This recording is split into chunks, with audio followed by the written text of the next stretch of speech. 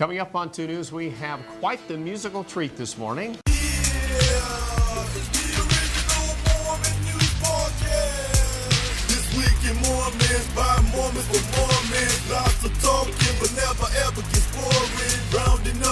Close the doors, everyone. It's time for This Week in Mormons. In a world where 3 men get together and totally exclude women for the next 45-odd minutes of their lives.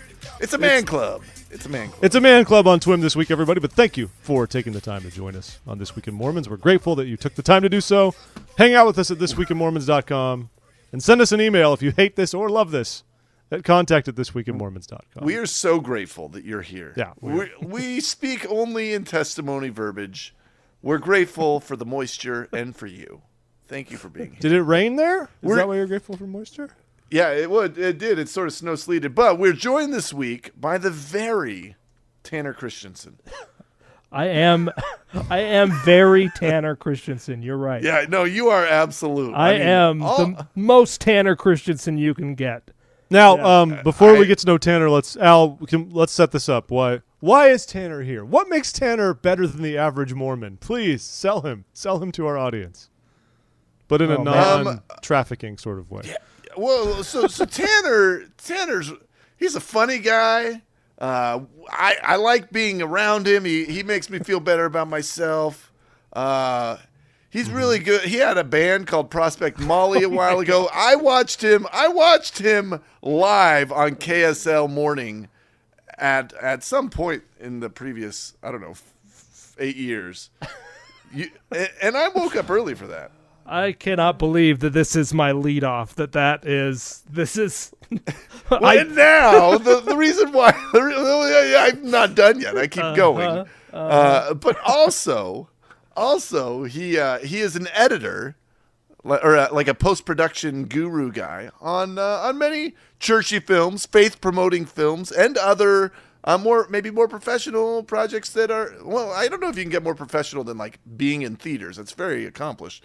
But you do other things that aren't just faith promoting. I don't know that you can get more professional than theaters. Okay, yes, continue. I'm basically a video prostitute. I will do like any kind of video. Hey, this is a family show, If Tanner. it's a moving picture, I'm in. It's a family show, Tanner. We don't use the P word on this show. How dare you? I'm sorry. I've used it twice. Don't worry. I've used both the P word and boobs, and Jeff hates both of those. Al, actually, speaking of Al, we this weekend we actually had the anniversary of our California presentation from last year, where you slipped in the boobs during both sets of presentations, even after I told you not to. Because I said Jeff was very disappointed. Because I said, know your audience. This is not the people lapping up what we do. These are perfect strangers who are coming to a church event. We should, And true to form, no one laughed. No, especially not that guy from Salt Lake. No, I like to think that he was scouting out for maybe people that could do the church's podcast, and then he saw us and was like, no. No, I think it was the exact opposite. I think they were covertly witch hunting, trying to see who they had to shut down. Yeah, no, that could. And it could have been us. People would have changed their Facebook pictures to say "I stand with Twim." Oh my goodness! Think of that campaign. But I'm sorry, I didn't mean to take the limelight away from Tanner. Tanner is our guest of honor, and we shall honor him. Tanner, we're very excited to have you with us, mainly because you're. What did I say? You're a funny guy and a nice guy, and really good at your band. You are, how you say, funny. No, but I feel like I remember one time my mom was being a jerk to me, and my sister said, "Mom, say 3 nice things about Al," and she did this weird looked me up and down, couldn't think of anything to say. I was like, and just focused on my forearms. Yeah, he has good arms, and the hair isn't too long or short. I'm like, you are my mother. You know me better than maybe anybody else on this planet. And all you can think to say about me is I have good forearms. So anyway, Tanner, tell us a little bit about you and what you're doing now and what's great and all that kind of stuff. Oh boy, well I don't know. A general introduction. You oversold me for sure. But not the Prospect Molly part. No, I mean, yeah, I would mostly like to talk about my failed, terrible band. Yes. Yeah. If we could take the whole 20 minutes here and go over that in every okay. detail. Yeah, We that could would be actually good. listen to the entire album while we talk. I Oh, bet. please, yeah. My parents died when I was 6. You want to talk about that too? No, there isn't. The band is the one reason I almost didn't get married. My wife hated Wait, the is that band. real? That's for real. I always thought that being in a band would be cool, and No, it's not. It never got me a girl ever. That didn't never worked. It did the opposite. Everybody was like, "You're in a band." Oh. Wait, what was the tension? What was the tension there? What was the discrepancy? I think she just thought like it was like you're in a lame band. Like you're like almost 30 and you're in a band. Come on, man. This is like for high schoolers. I mean, I could understand if you were 17. Yeah. Anyway, it was. Was she frustrated that you were like your Friday nights were gone, or what was it? That could be it. I don't know. I just remember she is gonna kill me when she hates when I talk about this. You guys have gotten me in trouble already. We have 0 audience. Yeah, Don't worry about okay, us. good. There There are dozens of us. Dozens. Tens of listeners. I one time found in a recent Google search that she had searched for "I hate my husband's band" or something like that. Oh man, I'm looking that up now too. So did she actually issue you an ultimatum? Like say you got to quit this band or it's not going forward? No, this is making her out to be like, oh man, she's super sweet and she never said anything. I found She's the Google the best. search. She's the best. Anyway, I found that search. Thanks, and I was babe, like, for all the love and yikes. support all these years. Yeah. This is actually a great search. I looked for this, and there are some fantastically titled articles. Jealous of my husband's hobby. Anyone else jealous of their husband? The downside of being a band wife. Gone every weekend. I am mad at my husband's story.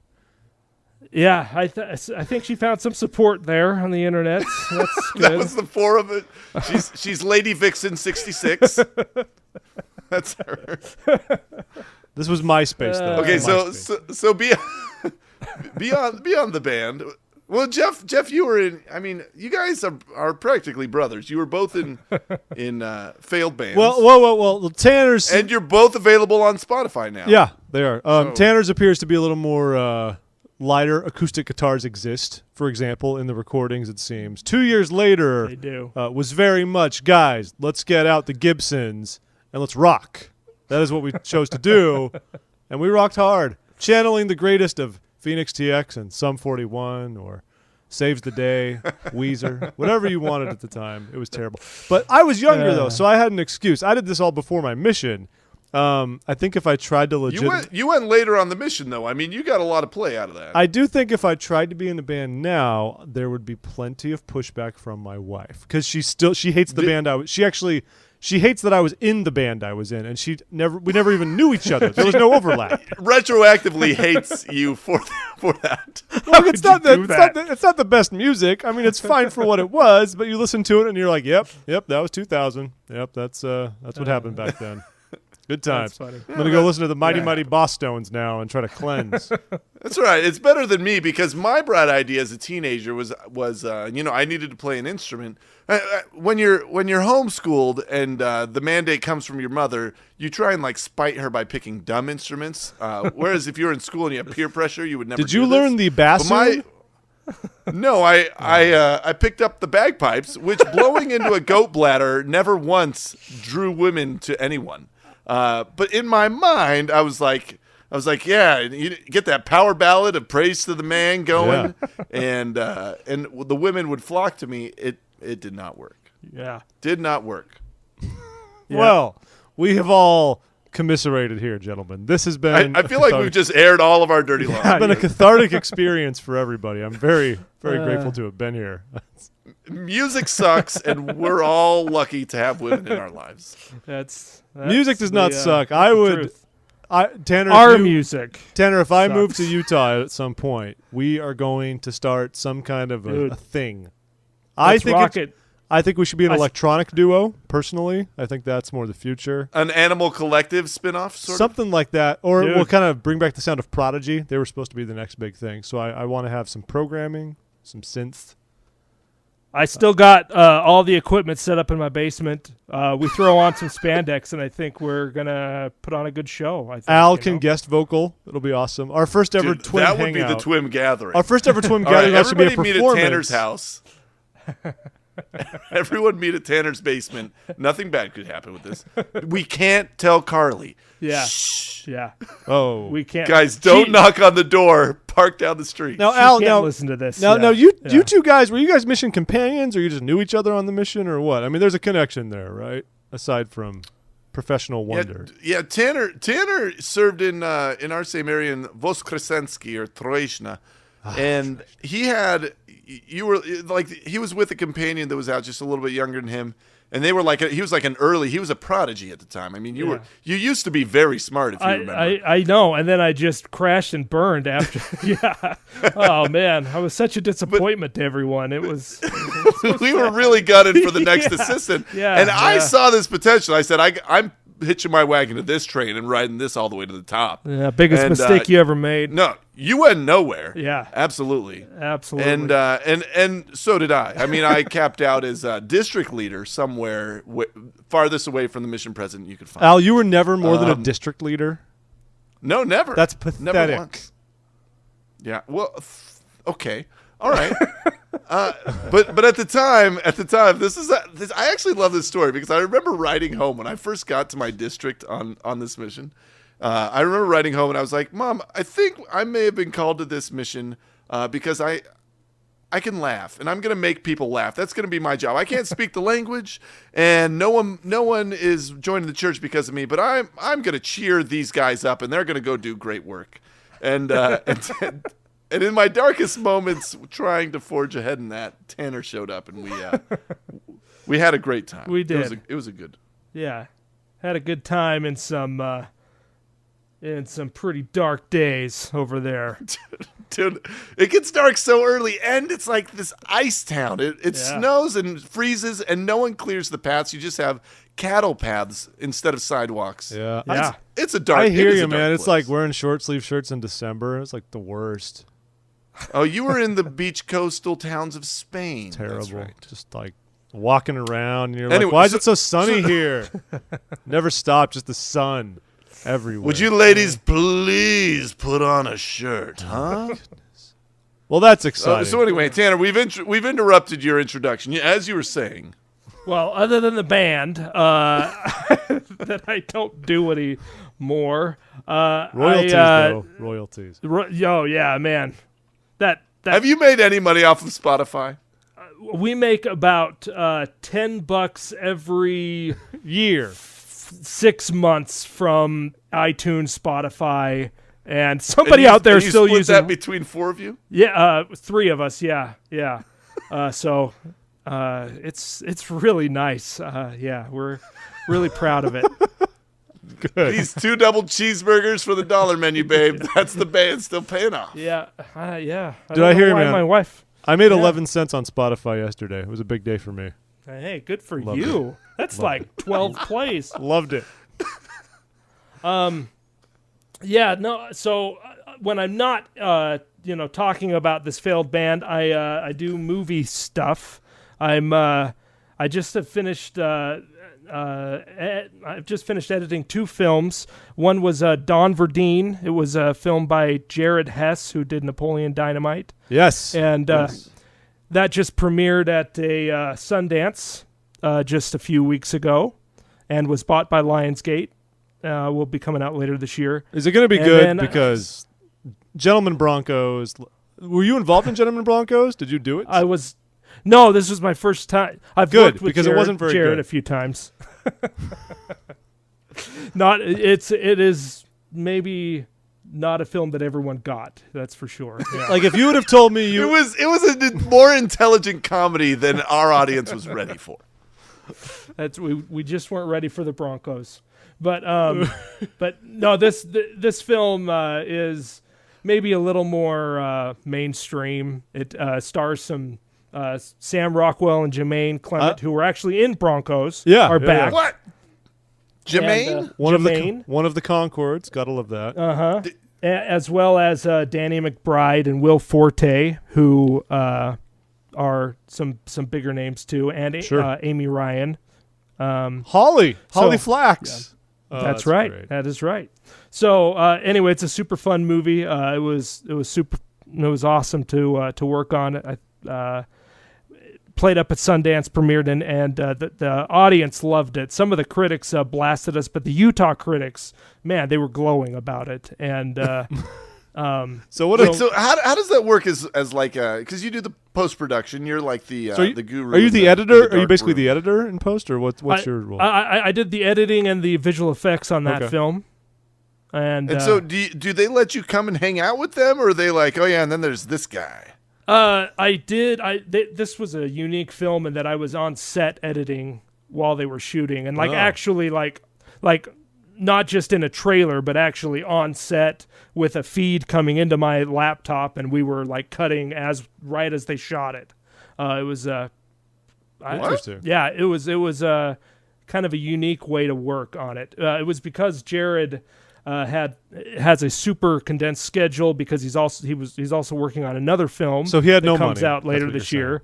So he had no time, and the producers had no money. So they said, "Hey, that Tanner kid's cheap. Let's just get him and have him sit right next to us." And anyway, so we I'm envisioning you on like a tiny stool with a laptop on your lap and like a big cable running. That's to you. pretty much it. Except and carting around a giant box of other equipment too. But I hope you did it all in like a Dell Latitude. If you did that, I would be thrilled. Yeah, my sweet Inspiron that I have had since 1996. That's the worked one. really well. Yep. With the 5400 RPM. All you hard need is drive. 250. All you need is 256 megs of RAM. That's all you need. Yeah. Wait. So did you get to know any of those guys? Were any of the actors cool? Or Oh, they were super nice. I mean, all of them were. I don't think one of them was seemed to have a big head or was a jerk or anything. They were all very nice. We're not going to be hanging out later or tonight or anything, but none of them are calling you to come to the secret band party. I would like Amy No. Ryan to come on and tell us about Gone Baby Gone. I think that would be very good for our audience. Very appropriate. well, I'll see what I can do. Thank but you. Let me send my text now. Yeah. Don't hold your breath. Now, how did you find it to be on a movie? So it's a mainstream film, obviously. I mean, when you got a mainstream film, you've got an LDS director, probably a fair amount of LDS crew, I would guess, maybe aside from just you guys. Now, I do believe that Mormons involved in film are usually of the more liberal sorts. They can roll with stuff. But were there any like rules or understood sort of norms as far as like watch your language or this or that? Was stuff off limits because of the Mormon oversight, or is Jared just like, no man, Will Forte, you cuss all you want because you're an artist. That's what I want. Well, no, I mean, no one's policing anybody on set. Yeah, so, sure. That'd be awesome if they were. This dystopian world you've described, Jeff, is awful. That would be awesome. It's just like, listen, Sam, that is not workplace language. Okay, we need to chill. But definitely, I mean, Jared keeps a clean film. He doesn't. He's not known for putting a bunch of swearing and stuff. And they would sometimes go a little blue in their language, but he wouldn't yell at him or anything. It was just like, hey, can we just try that again? Instead of saying the F word, can you say friggin' or something? Can we? I don't know. He just and he was kind of a lot. Yeah, I don't know, like a bunch of. A lot of times it made it funnier because instead of saying just going for the cheap laugh with a swear word, he came up with some like ridiculous phrase that maybe like no one other than Jared could think of, and it just turns out like way funnier. So anyway, I hope how it turned out. What you should do though is take a page from like the Arrested Development playbook and just bleep parts. Just bleep, even though it's a theatrical release. I like the bleep for comedic effect. I think that's a strong move. Really clever. Yeah. No, I don't even know if there's a swear word in the film actually, which is there may be one or two. What is the plot of this film though? Sell us on it. Tell me. Don Verdean is a biblical archaeologist who he's kind of going through some tough times after having a lot of success in his career as an amateur biblical archaeologist, which that's a real thing. There's actually people out there that go out and look for artifacts that are from the Bible, and they don't have any credentials. They don't have.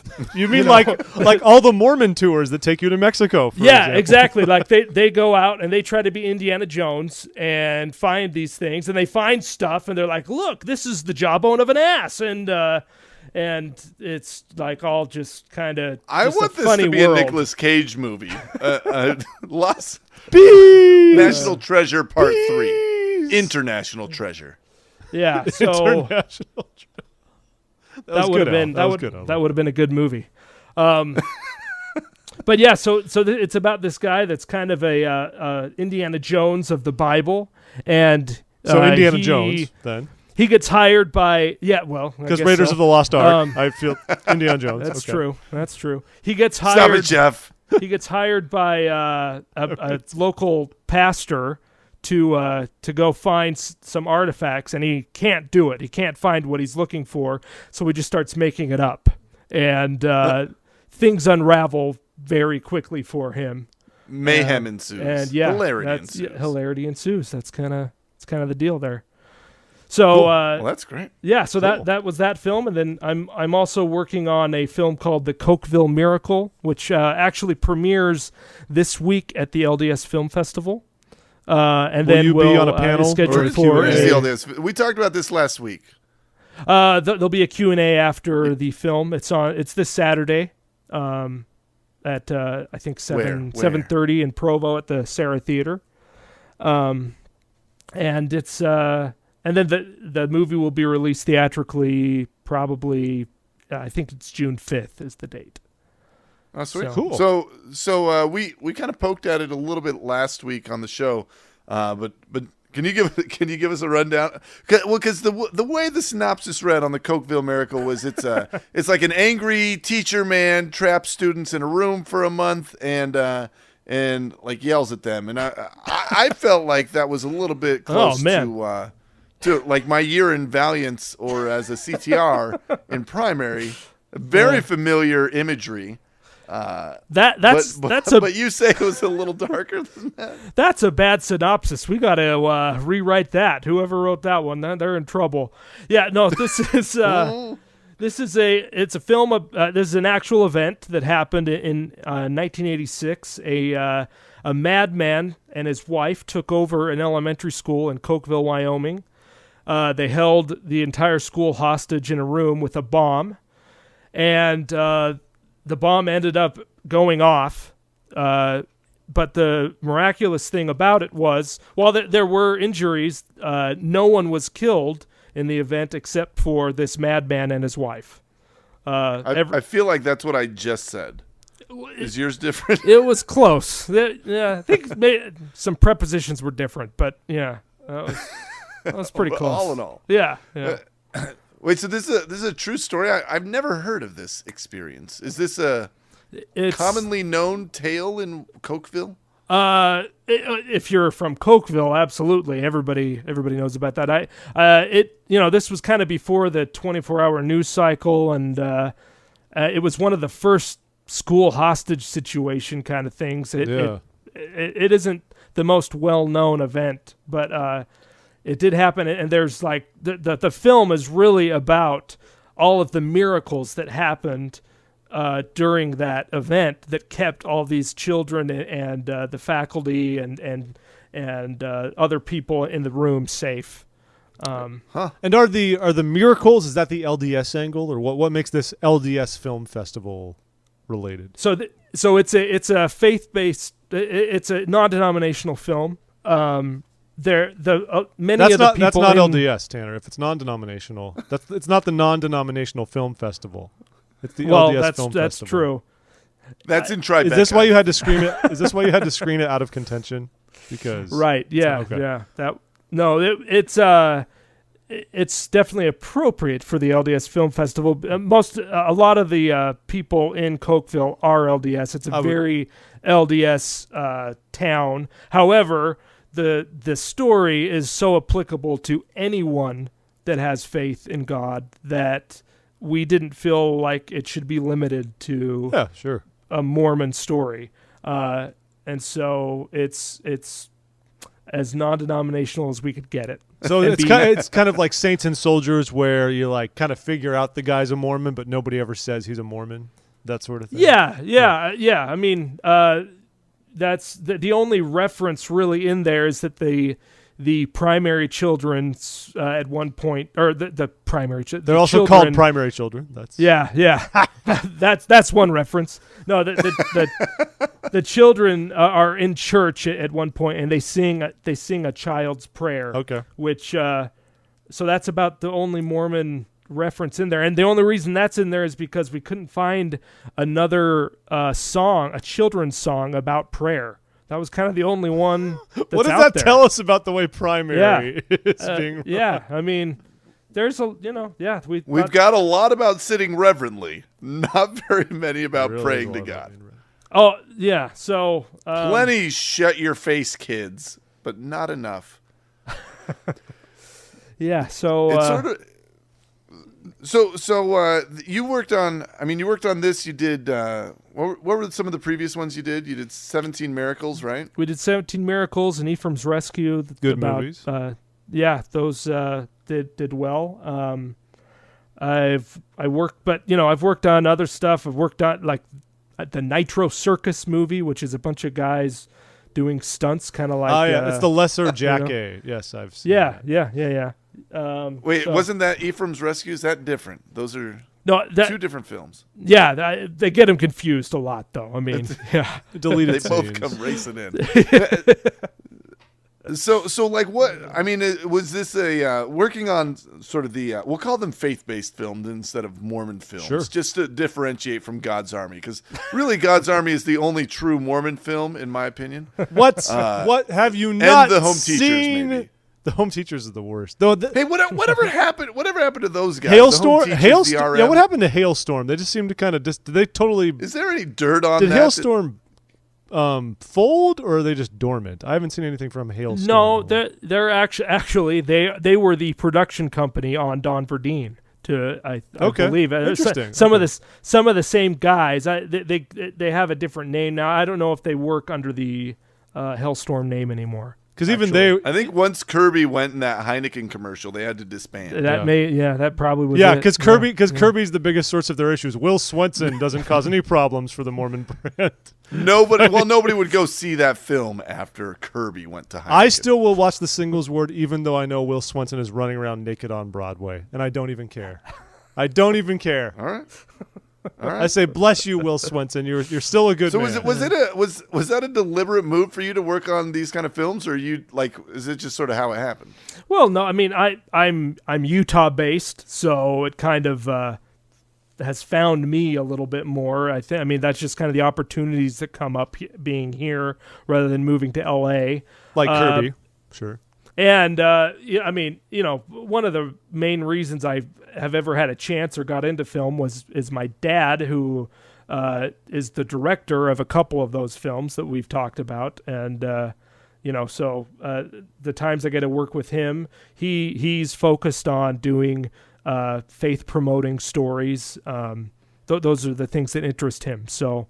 Is that kind of like because he already made money and just wants to flaunt that he doesn't need money? Is that why he's doing these faith-based films? Right. They're called passion projects, Al. Passion projects. I mean, that's kind of a funny thing, though. People sometimes accuse him or others that are making these Mormon films that we're just trying to exploit members, and.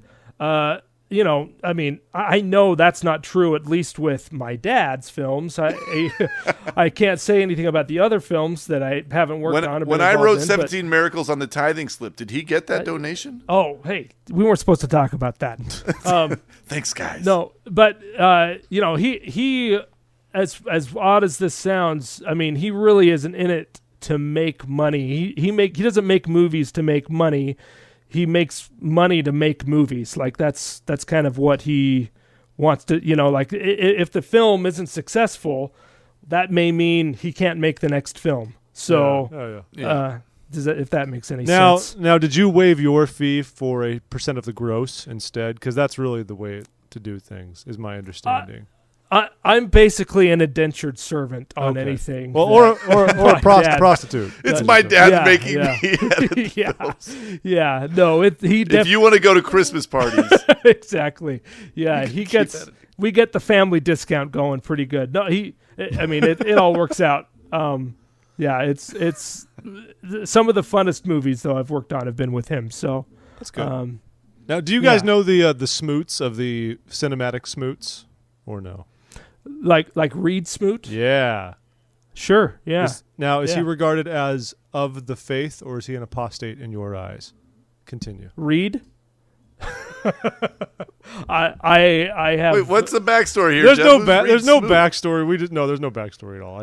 I know the Smoots are another Reed Smoots of an actively involved LDS. He's more cinematographer, I think, is what he does than director. Yeah, but he's a cinematographer, which is actually what my dad is too. They're good buddies. They go back Cool.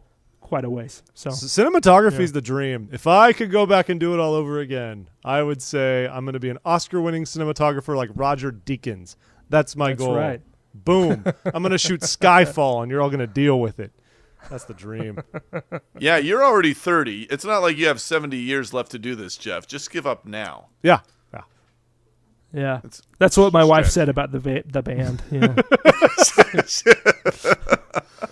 You're like, but we can I make see, it. I We see. can really make it. Come on.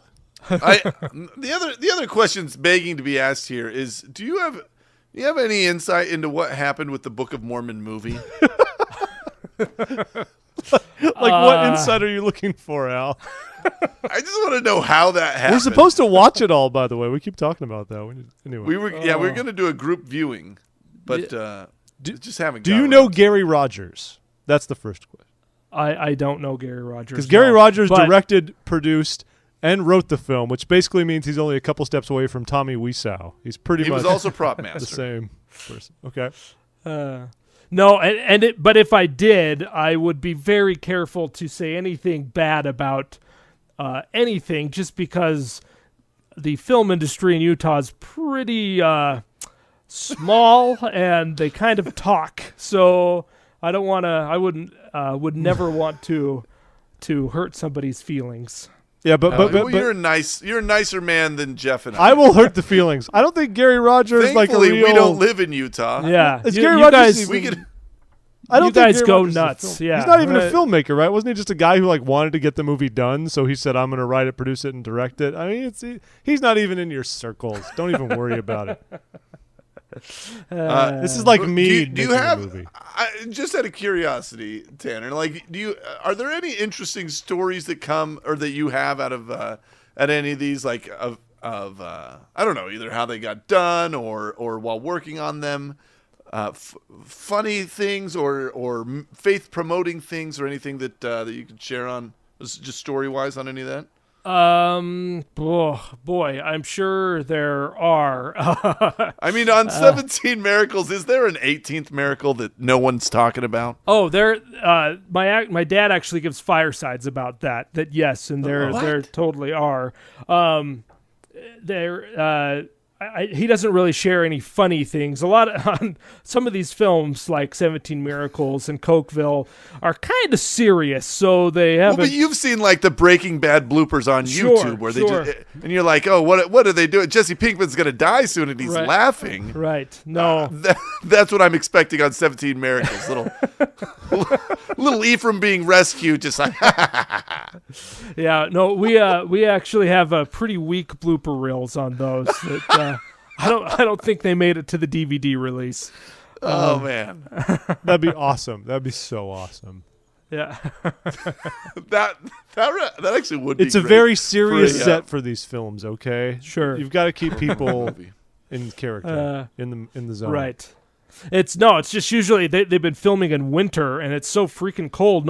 They just want to get in, do it, and get out. Nobody's making jokes or anything. It's story of my life. yeah. So Absolutely. So what's next for you? What do you got coming up?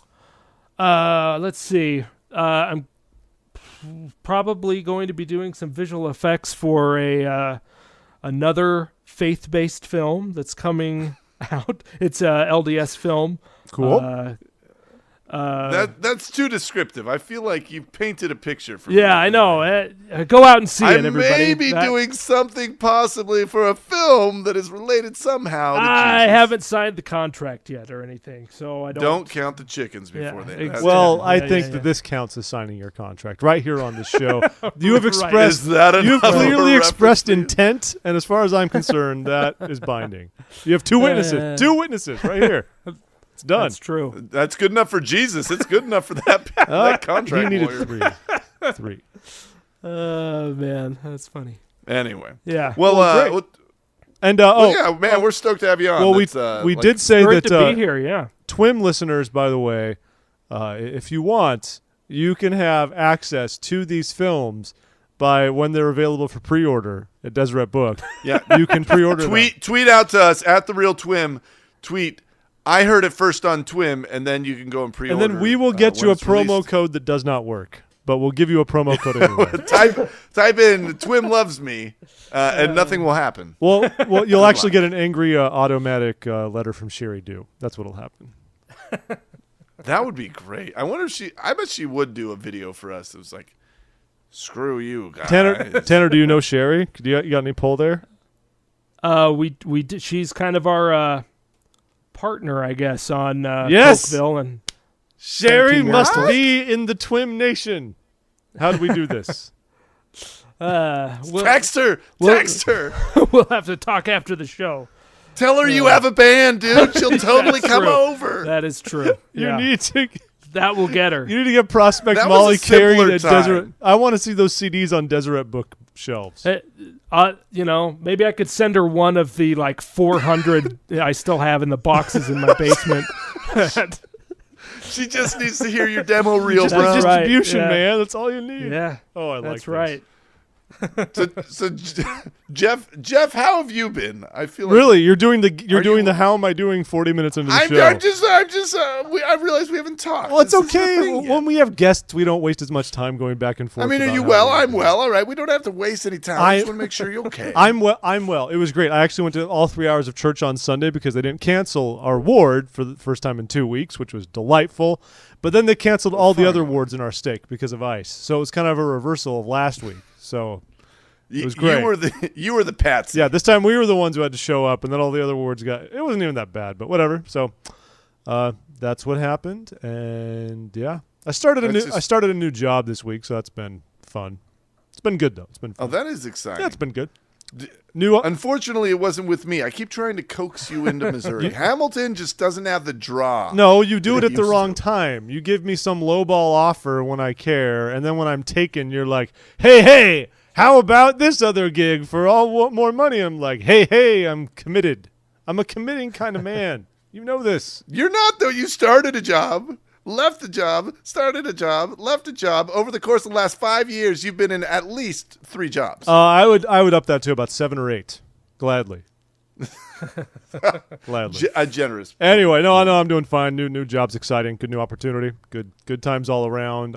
I hope you are also doing well, Al. Yeah, I'm real good. Anyway, okay, all right. I feel Great. like that was Tanner. just a How little are you chintzy. doing? Are you doing well?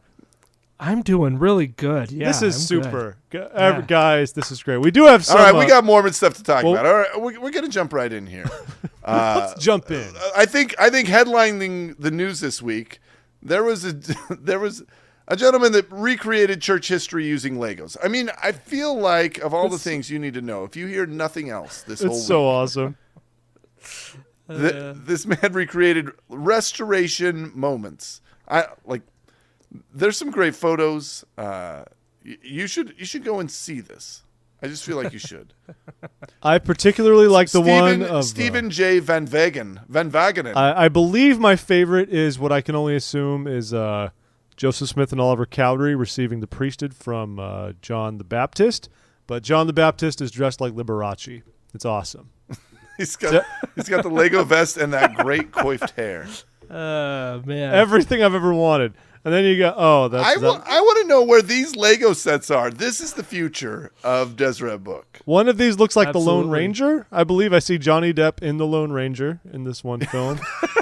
And That That's the Lamanites that are being preached to by.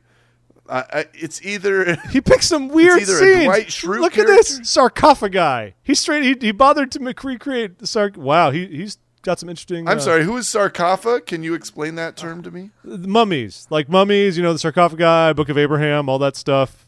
We've got that scene. He said, "This is what I need to I've recreate." never heard the word sarcophagus in my life. Tanner, is that a word? I said sarcophagi. Sarcophagi? Not like many sarcophagi? yes, I think. Is that a thing? Okay. Don't question the man with the master's degree in words. I feel like if you had a master's degree in words, you would have had much better jobs than if you had a master's degree in nationalism studies. I'm proud. I love this book, and if anyone wants to buy it for us, we will do a review. Hold on, this is a book? Yeah, that's what it is. It's the whole point. Yeah. It's the Brick I'm of Mormon absolutely Church buying this History. right now. 200 pages. And I'm assuming, unless it's actually church history and it just uses the pictures to illustrate body text, that's one thing. But if it's 200 pages of Lego photos, brickofmormon.com. I love this man. This should be a looks whole awesome. genre. Just create like you should make books of like recreating movies using Lego characters. Tanner, can you make a video of us that- with? I would like a Lego movie-esque maybe- depiction of me. We should just do this podcast in Legos from now on, I think. Yeah. Yes. Absolutely. I don't quite It can be understand how done. that works, but I'm for it. I'm okay with it. In other news, folks, more word on the adoption front. You might remember 6 months or so ago, maybe a little bit longer than that.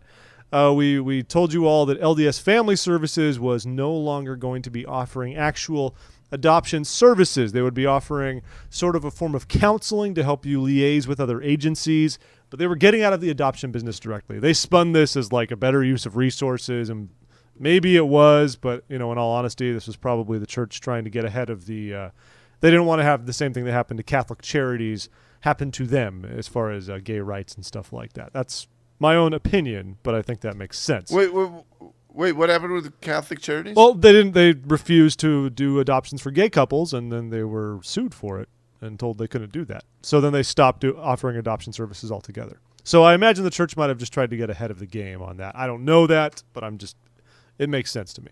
But the cool thing now is there's a website called adoption.com, a for-profit adoption portal. I don't know how well that sits with me personally, but whatever. But the church is partnering with them, and if you're LDS and have all the credentials or whatever, the church is actually footing the bill for you to use the service. So instead of paying, I assume, I don't know, anything for adoption, or maybe it's just a subscription fee, but it's usually $200 a month to use this website, which can add up really fast. Adoptions take a while. So I don't know if you still pay the regular fees on top of it or not, but kind of like they did with Ancestry.com, the church is now saying, nope, we'll front the money. You got your own portal right here connecting Mormons to Mormons. Make your profile, and we will cover that cost. I think it's a very creative way of offering adoption services, but while basically farming it out to they're basically contracting out the adoption services. Basically, that's what we're doing now. So, all right. First, I've just finished ordering brickofmormon.com Good. book. good. Thank you, PayPal. And second, so this is kind of an interesting trend with like, I kind of like it of them leaving or letting other people do things really well, and then just sort of partnering with that. On the downside, though, wasn't the LDS Adoption Services, that was like a really good gig. They were very, very good at what they did, yeah. It was one of the best ones you could use. And, of course, it was favorable to church members because it was subsidized by the church, so it was much cheaper to go that route than through traditional adoption means. But do you have any idea what adoption.com is? Like, does $200 a month, I mean, does that give you a new kid every month? Or is it sort of a Netflix model? Can you swap them out? You get a use kid, them and send it back after you use no it. late fees? Well, no, that's what I don't know. I know they have a $200 subscription. Why would you ever have a monthly subscription to an adoption service? I'm baffled. I'm assuming you just pay the subscription until you get the child. What I don't know is if the other fees associated with adoption come into play after the fact, or if all you pay is the monthly subscription. So if you get lucky, if you get a kid on the first month, you just had an adoption for $200. Congratulations. You shaved off like 95% of the cost of adoption. So good job there. I feel like this was signing up for Netflix 8 months before the 4th season of Arrested Development came out, and you're just waiting, hoping. No, yeah. So I don't know. So I guess Tanner, I don't know. Tanner, do you have any experience with any of these services? Have you ever adopted Or are you more than your natural offspring? No, we've considered putting ours up for adoption, but You could make $200 a month if you. yeah. I got to look into this. What if This that, could buy what you if an that Xbox. Come on. It would go. You would rent your or you would give your child up for $200 a month. I would just pay you to have your kid. Right. And then when you stop paying, you give the kid back. I of course. assume that's kind of Well, you go repossess them. yeah. Well, that's And if a you don't, you pay the subscription penalty model fee right for there. keeping it. You know. Yeah. With a snide, like, backwards comment where you say, well, unfortunately, your subscriber didn't love you enough to fix their credit card information before it expired. There we go. Come to your new mommy and daddy. I think that's a great idea. I think we just uncovered the next great startup. Uber, eat your heart out. Uber for children. So, It could go. but I guess the only downside so, to this is, you know what? What if you're a Mormon, but you're not like, the same thing as family services, though. If you're not like temple worthy or into that, it does you no good. It's sort of a weird little. Well, it's like dangling the carrot, being like interested in adoption. Wait, what does it say? You have to be like a full active temple recommend holding person. That was the norm with family services too. To be the adopting couple, you still had to be a card carrying member, so to speak. Yeah. So I feel like if Jesus doesn't get you to be temple worthy, $200 savings each month will.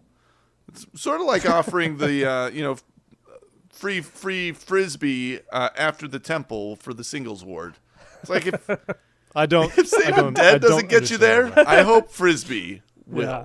We've got to get you married, Al. The references you throw out there now are just increasingly esoteric, and I'm so sorry, understand everyone. these I don't This know. is Maybe my that's whole how life. it is out there now. Maybe. Another quick one here. You guys might remember. You guys might remember. Tanner's got like a call of the other side.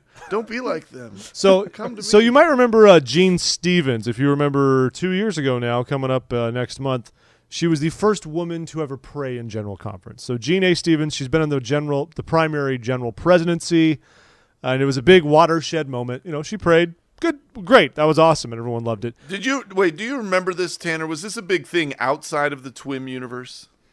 Man, if it wasn't in a movie, I probably didn't know about it. It was a movie called General Conference. Oh, Yeah, why hasn't anyone made that film? Why is there no General Conference-based Mormon comedy? Or a drama. It could go both ways. Imagine the Aaron Sorkin style walk and talk as the brethren make their rounds. Thomas S. Monson comes in and it circles around and then follows. And then they break, and CJ out in the comes door. the L train, who just like looms over everybody. Oh, it'd be delightful. It's like, have that on my desk by Tuesday.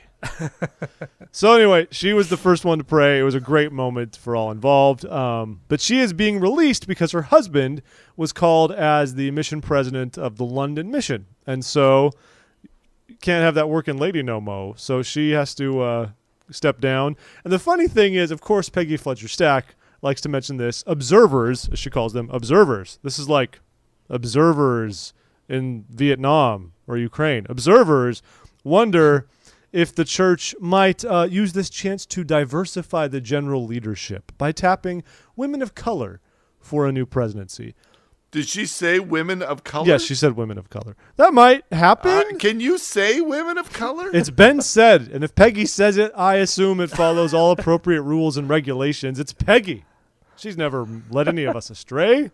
Come on, man. No, Peggy leads us astray all the time. That might be racist. I'm not sure. Well, and one, I'm from Missouri, so I wouldn't trust myself anyway with the correct non-offensive terminology. The other great I think it was great that Sister Stevens, she's been wonderful. I'm sure going forward we'll have equally terrific women filling these roles. But the best part in this story is the attached photos to the story, of which there are 3. They decided to give you a photo album, which is compelling footage of Sister Stevens with her eyes closed talking because she's praying.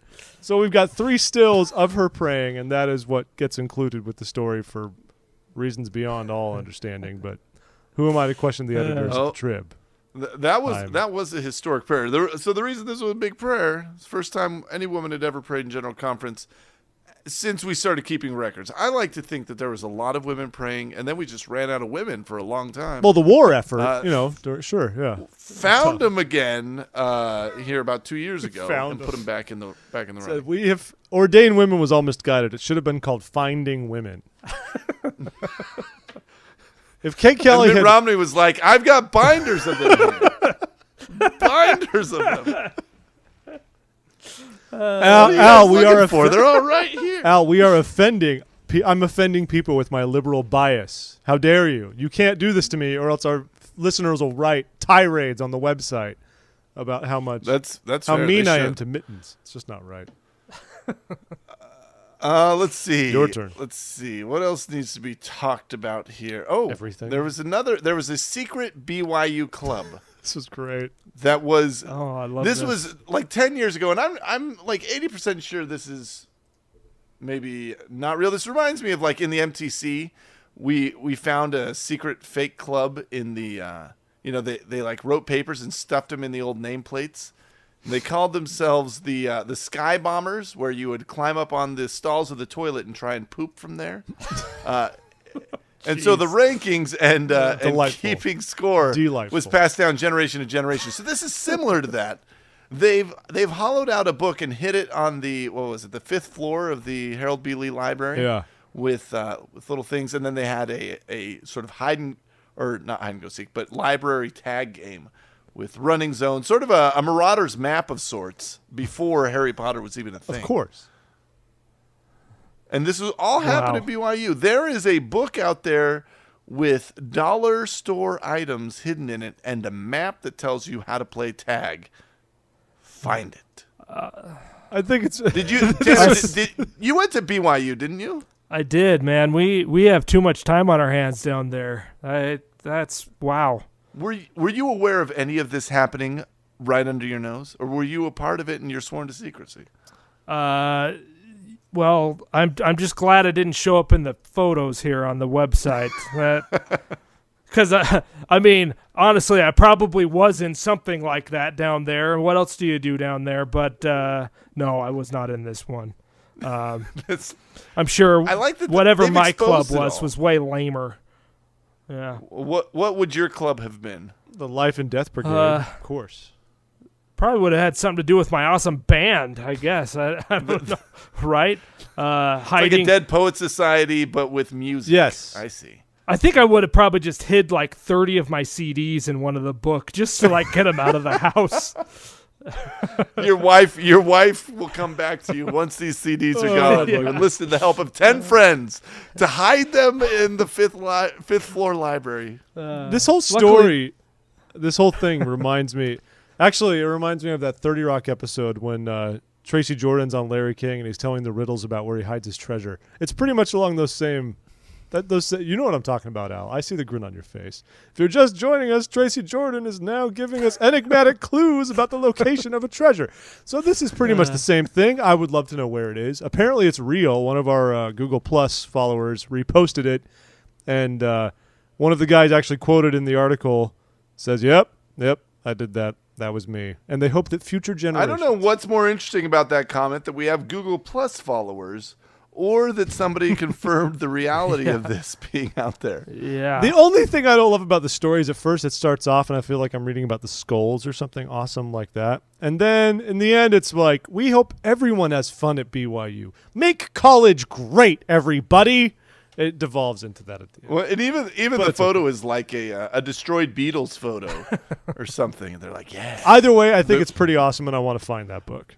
I mean, come on. We should start more of these. I feel like the one thing missing from a Mormon image campaign is more secret clubs. We need books of secrets for international treasure. Book of secrets. Yeah. Why is no one making a Catacombs of BYU movie? Oh yeah. Tanner, we're giving you all these ideas. If you I've been writing them all down. I just don't. If you want pitch these to your dad, all I want is a story by credit, if you would, please. That would be. I don't even need. I'm not a screenwriter. Just the story by credit would be good for me.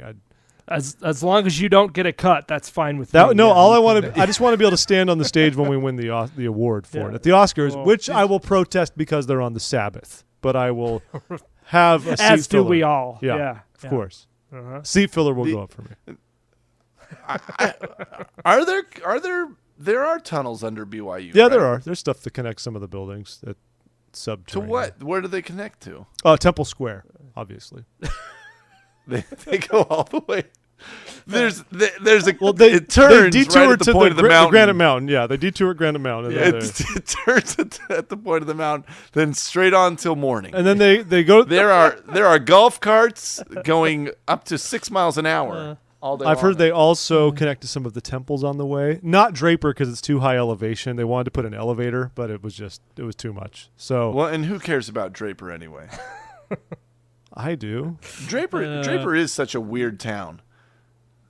Hey, man. It's like, Back- do you live in Draper? No, but I know people that are there. No.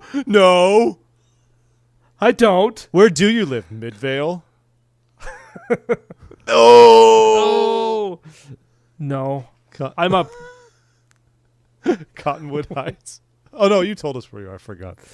You're in Davis Farming- County. you can't I say. am. I'm in Davis County. Attaboy. Yeah. Okay. Wait, where is Davis County? Is that Provo? No, that's Utah County. That's Utah County. Davis County's no, up where the- Bountiful is, Yeah. Oh, yeah, North of Salt Lake. Yeah. Oh, North Salt Lake, including man, the that's city, in the including hood. the city of North Salt Lake. That's part of Davis. You live Yes. a thug life. Oh, Absolutely. man. Yeah. Charm. It's I'm a sure. hard knock life up here. It really. Yeah. Hey, one very sad thing happened. So Kate Kelly, maybe we'll never talk about her again after this. Who knows? Kate Kelly, the Ordained Women founder, lost her final appeal to have her excommunication overturned and reinstate her as a member of the church. And of course, in response, because the protest response is what is most important here, her husband is going to resign from the church. Wait, what does resign from the church? Resign is remove your yeah, it's records. Mormon Hubbite speak for removing one's records from the church. I resign. How? Well, first, that's no good. Especially No, like, it's sad. what stinks about it is that if she's trying to get back in the church, this is what's interesting is there is a fabulous process in place to help people return to the church in good standing. Yeah.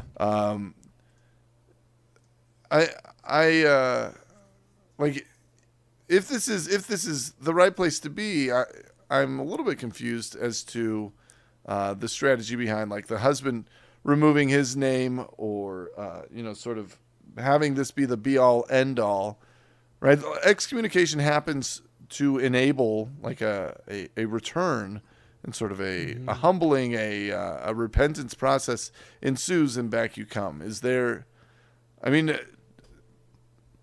in your estimation, Jeff, and obviously we have no idea, like will she be back or what happens now? Is that even an okay question to ask? Maybe Well, not. it's I don't know. it's all speculation. It's one thing to fight to overturn an excommunication or even a disfellowshipping, whatever it may be. That's something you're just trying to overturn, so you're just reinstated like it never happened. Now she's at the point where if she wants to come back to the church, she would have to go through the same process of anybody else of repentance, of working with leaders of at least a year from the excommunication and getting rebaptized. So before she was just trying. Tanner, have you followed this story at all? Do you have any thoughts on this? Oh man. The Kate Kelly, John DeLynn mayhem. Did you guys talk about her on the set by any chance? What is? Yeah, that was. What does Jack Black think of this? Yeah, that is. It was on the forefront of Sam Rockwell's mind, really. He just said, "Can we Just- talk about yeah. Kate Kelly for a minute? Yeah. What's going on? What's happening here, guys? No, we did not discuss it very much on set. No. I just know about it. I don't really keep up on news all that much. I do know about it just because of there's some friends of ours and some, that this has affected, that they've have some friends that have kind of stopped going to church or that kind of stuff because of these issues that are kind of coming up. So yeah, that's actually interesting. One of our buddies, Jeff, he was posting on Facebook. He posted an article about John DeLynn when he was or I guess having his what are they called? Councils, disciplinary councils. Yeah. He got narked on. Somebody told his bishop about him posting this up and like a very sort of mild vanilla style post, and then got called in for an interview to make sure that his faith was intact. Kind of bizarre. I think the church is due for a little bit of training in this area, just around how to be supportive in faith promoting, because my experience with my bishop was very positive. Well, and not that I've ever tried to leave the church, but I feel like we all sort of have questions and doubts as our testimony continues to grow and as we grow up. Yeah. And just get further along in life. I think it's testimony is born of questions. It's not a bad thing to have questions. And a good bishop just supports you in that process and helps you through it. Poor Dick Cheney. He came out feeling more alienated because of it, because it was more of you did something wrong rather than a, hey, how can I be helpful? Mm-hmm. And I would love to see some, maybe a little bit of training to the bishops or to the stake presidents around, how to be helpful, how to be supportive, not to be scared of questions, not to be sort of intimidated by the idea that people may not understand everything right now. Yeah. I don't know. It's tough. It's sad. It's sad that I think her husband, I understand he's resigning on principle. And I do admit I was often troubled that he was never disciplined for anything, even though he was deeply involved in all the same things that his wife was. So I understand the logic of well, why aren't you going after him too? Blah, blah, blah. But I don't know. I mean, what could it do to resign? Because if you go into all this saying we believe in the church, we just think the church has some institutional problems that we want to fix. How does that devolve so much into, forget it, I'm resigning because I'm going to show them all. Yeah. I mean, it's just it's very sad to see it become that, I think. So we obviously hope that they do find their way back and that for sure. Yeah. I mean, ideally, this is not the last time we talk about Kate Kelly. Ideally, the next time is in a year or two. Is John DeLynn working through John DeLynn, who will be back in the church, baptizes Kate Kelly? That's the story we're going to break. Oh, right. Plot twist. John DeLynn baptized. Right. Another quick one for you here. The Star Valley, Wyoming, which is actually up kind of north of Cokerton. Nowhere near Idaho. No. It's in Wyoming. But anyway, they announced that temple a while ago. They announced it at the same time as the Provo City Center Temple. They finally gave it a groundbreaking date. So that's all. So on April 25th, they will actually break ground on that temple after announcing it 3 years ago. So, wait, so Tanner, did you ever go to Cokeville? I did not. As part, the film crew did. The film crew, they actually shot in Cokeville. Okay. So. Yeah, but you were never bothered to go to Wyoming. I mean, why should you? It's Wyoming. I sit in an air-conditioned room pretty much constant. I don't go outside, so yeah. Your body would react to anything plus or minus 5 degrees from 72. Exactly. I just can't handle. No, does he shoot on location on principle? Because I know Napoleon Dynamite was shot in Preston, Idaho. So was Nacho Libre shot in Mexico?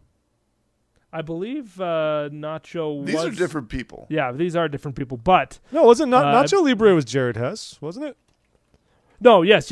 But Cokeville was not. Oh, yeah. See, I mixed that up with the other film. I see what happened there, and I apologize. Hey, that's okay. That's okay. So when Jack Black played the massacring man, what happened? I'm sorry. I messed up. I messed up. Both of your works are valuable, and I respect you as an artist. I'm sorry. Well, that's all I ever wanted to hear from you. Thank you.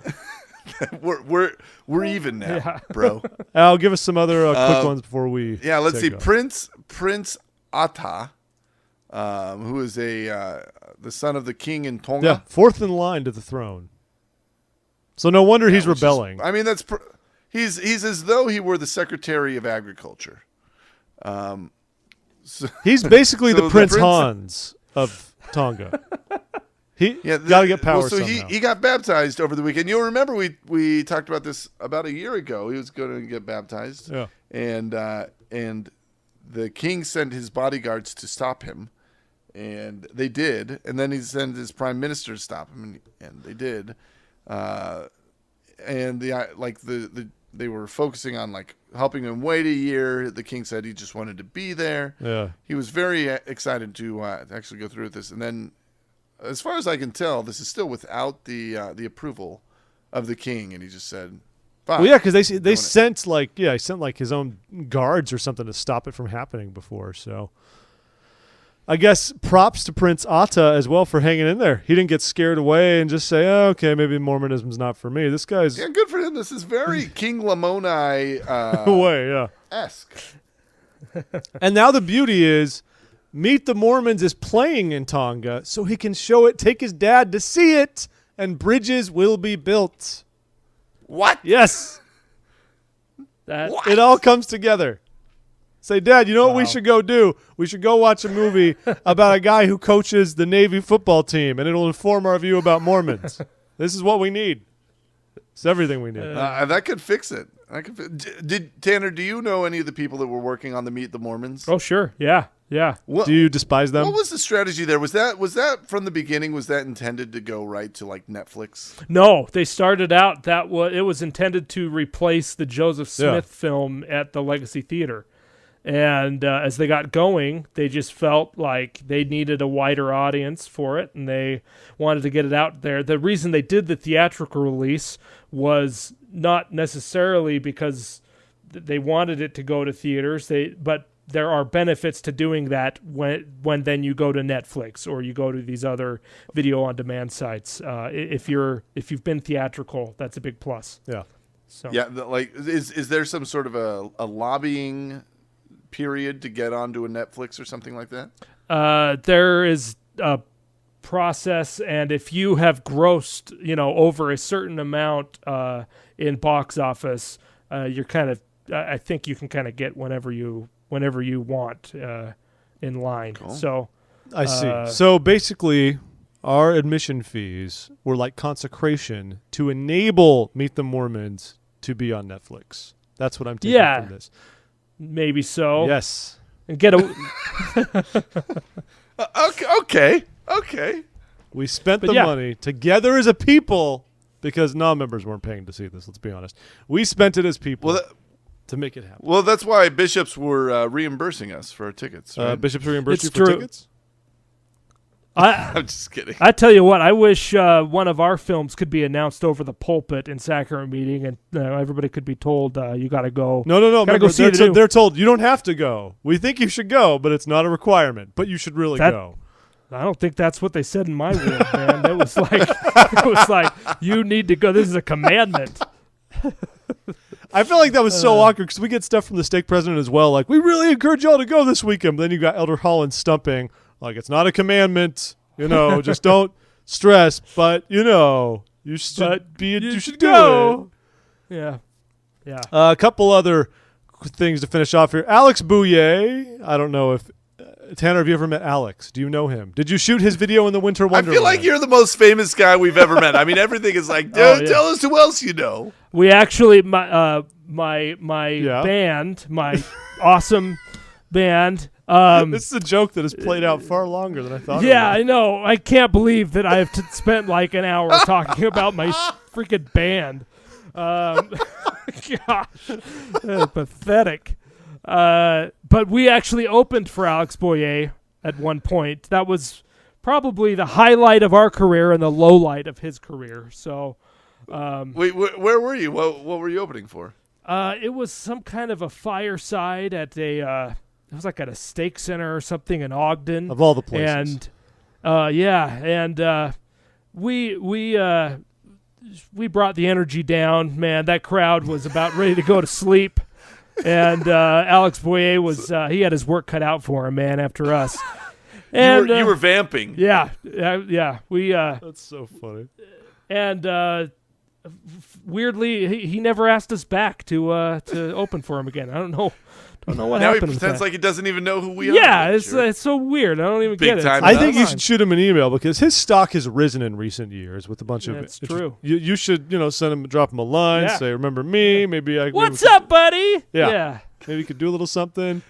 Yeah. So he has released a version. Pitch him the idea on you and Sherry doing him. Just get together to jam one day. Maybe Just see if he goes. I want to see Sherry freestyle rap. maybe they could cover one of my songs. Yeah, That would- exactly. Tanner Christensen featuring Alex Boyer and Sherry Dew. yeah. That Tanner, sounds like we do have one theme song right now that our listeners can download, by the way, folks. If you want to download the Twin theme song, it's out there for you. But we should get some more, I think, at this point. A few different variations. A remix, maybe. We need a remix. The techno remix, the world music remix. That's what we're missing. Some Yanni. I like that. I'll get Alex working on that. Thank you. It's kind of funny because Alex has come back around basically by doing his covers of other songs. No one's listening to his originals. He's just like, yep, I'm doing some great cover songs here. I have some originals, but they're not as well received. His originals weren't as well received. So he's released a version of Bruno Mars' Uptown Funk. But you see, the problem was it's Bruno Mars. And Bruno Mars likes to just swear and stuff for no good reason, just to prove that he's cool. And so Alex decided to change it to make it PG. For example, he changed the original words from put some liquor in it to put some Kool-Aid in it. Now, here's the problem. Have my cup, put some Kool-Aid in it. The problem I have It with just this rolls. is that there are many who accuse Mormons of drinking the Kool-Aid. So do we need to drum up the image of drinking the Kool-Aid from a Mormon artist? Surely there was a better metaphor to work with. I'm just saying. I mean, how many syllables is that? Put some liquor in it. 6. Put some fry sauce in it. Same thing. Fry sauce, no confusion. I think that would have been fine. Grab my cup, put some fry sauce in it. Also, doesn't it stand to reason, guys, that he had to therefore listen to the filthy music to bring us the cleaner music? This is like Clean Flicks. Somebody had to watch Showgirls to edit it so Mormons could rent it in Provo. We've all listened to this 1,000 times and dance partied in each of our cars. I don't care how Mormon you are. If you never could heard be it. from Cokeville, Utah, and you've still embraced this silently in your car when no one was I've watching. never heard this song. I mean, even as pure and innocent as Cokeville, Utah people may be, they still listen to Uptown Funk. Oh yeah, featuring Bruno Mars. we played it at Mutual last week. I mean, yeah. What? No, we didn't. I'm. That's a Are you lie. and young That is a nerds? lie. I was It's lying. piano guys. It's only piano guys. John Schmidt's the only one allowed for anything. It's John Schmidt. He's holy. Beautiful. Al is like totally checked out. All he's doing is staring at his phone for the past 20 minutes. That's not all right. That's true a little bit. No, that's all right. That's not fair, Jeff. You know that. So Peggy Fletcher Stack wrote an article let's called. finish She just noted. She kind of cracked the nut. I feel like she's more detective than journalist, but she figured out She's a regular that- Nancy Drew. Yeah, well, absolutely. And you are her Joe Hardy. But she found out that we have apostles that are old. Now wait for it. The oldest apostles we've ever had. This is the oldest group, suggesting, as she puts it, that the domino effect of death is sure to come. As one falls, so will they all, and we will have a completely new apostleship within 2 years. Well, Wow. I argue that Dieter at a trim 76 has at least 6 years. he's left in him. 74, Al. 74. Well, all right, maybe 8 then, because I feel like 82 is his age. Well, then you for got sure. Elder. Remember Elder that? Bednar's only 62. You know, he's just humming right along. Yeah, he's gonna die young, probably from some sort of benign food poisoning in South America that's just gonna overtake his internal organs. That's the worst thing and, you've ever he's not said. gonna make it. That is the worst thing you've ever said. Al Doan, You High remember Counselor. Jeff, don't what? No, I stop. play the card when I have to. Anyway, I say this in my unofficial capacity, Okay. not as. But remember we had that article a little while ago about where the guy was like doing probabilities on. Oh, on that apostles? was years ago. Yeah, that was probably 5 years ago. We I did wonder that if one. we updated that to now. Yeah. Who's the next? It was so Tanner. There's this guy that like was giving the probability of each apostle to become the next prophet, just like death rates and all that. Fascinating, but now with this breaking news from Peggy, I feel like we should rerun the data. Yeah. Jeff, get on. Now, what do you think of this one comment at the bottom that just says the PR department is crossing its fingers that Monson can hold on just a little bit longer than Packer? What do we think of that? Yeah, that's fair. I think that's accurate. Yeah, apostles are old, everybody. What's with the picture? Hey, let's show President Uchtdorf and Eyring helping President Monson use his iPad. What? No, they're all on the iPad. They were watching Dora. What else do you do on an iPad? All right, last little bit of news here. Elder Holland went to Chapman University and spoke about, like religious freedom. It was the 10-year anniversary of Chapman. Chapman University, by the way, is in Orange County, California, my blessed homeland. And he was speaking there, though, because 10 years ago he actually dedicated their interfaith center at the university, and so he came back 10 years later. Did he say anything interesting? Did he? I'd say it was just... Did he tell them to come join the church? I will say interesting is up for discussion. I will say it was useful, but it was boilerplate. But it was truths and good stuff to be shared, but it was, the usual talking. Maybe a little more Nelson than Holland. I remember I actually went, when he dedicated it 10 years ago, I actually went to that. That was fun. I remember him being there. It was kind of cool. Got to meet him. And also the Mormon Tabernacle Choir was inducted to the Hall of Fame. Yay. The Hall of Fame. Anyway.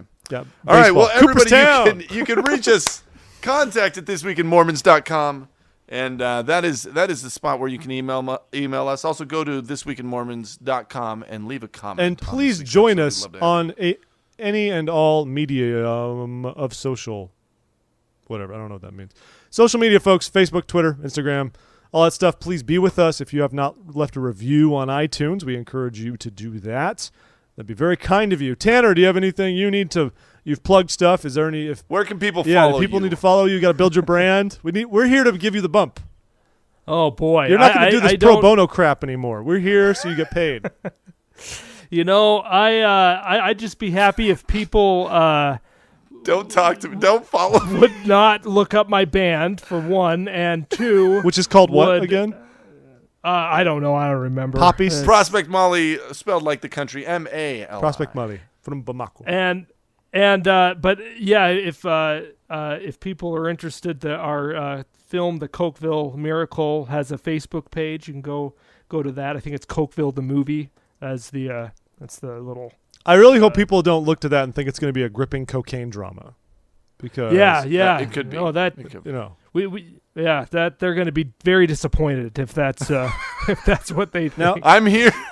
I'm here for Molly and Coke. is the town named Like, Cokeville because they provide fuel for steel mills? I mean, what Cokeville? I just want. All right. Well, whatever. hey, Tanner, thanks for joining us, buddy. You bet. You've been great. That was fun, Yeah, been great. guys. Thanks for being with us, and everybody, may you all have a great week. Thanks for joining us. Another episode of This Week in Mormons is over. See you later. What song are you going to play this time around? This song we're going to play is called The Silence. That's not very good, right? No, it's very Actually, good. it's music, though? It is music. Okay. It's called The Silence, but it's very musically awesome. A juxtaposition of wonderfulness. Okay. Yes. Go ahead, guys.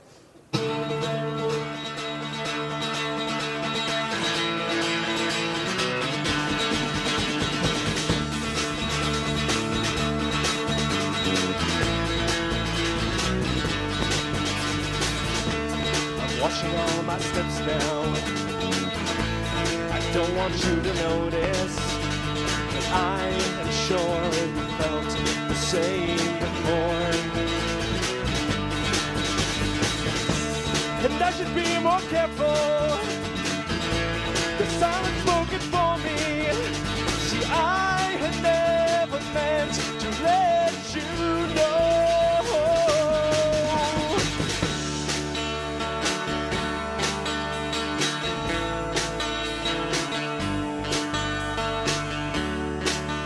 It gives you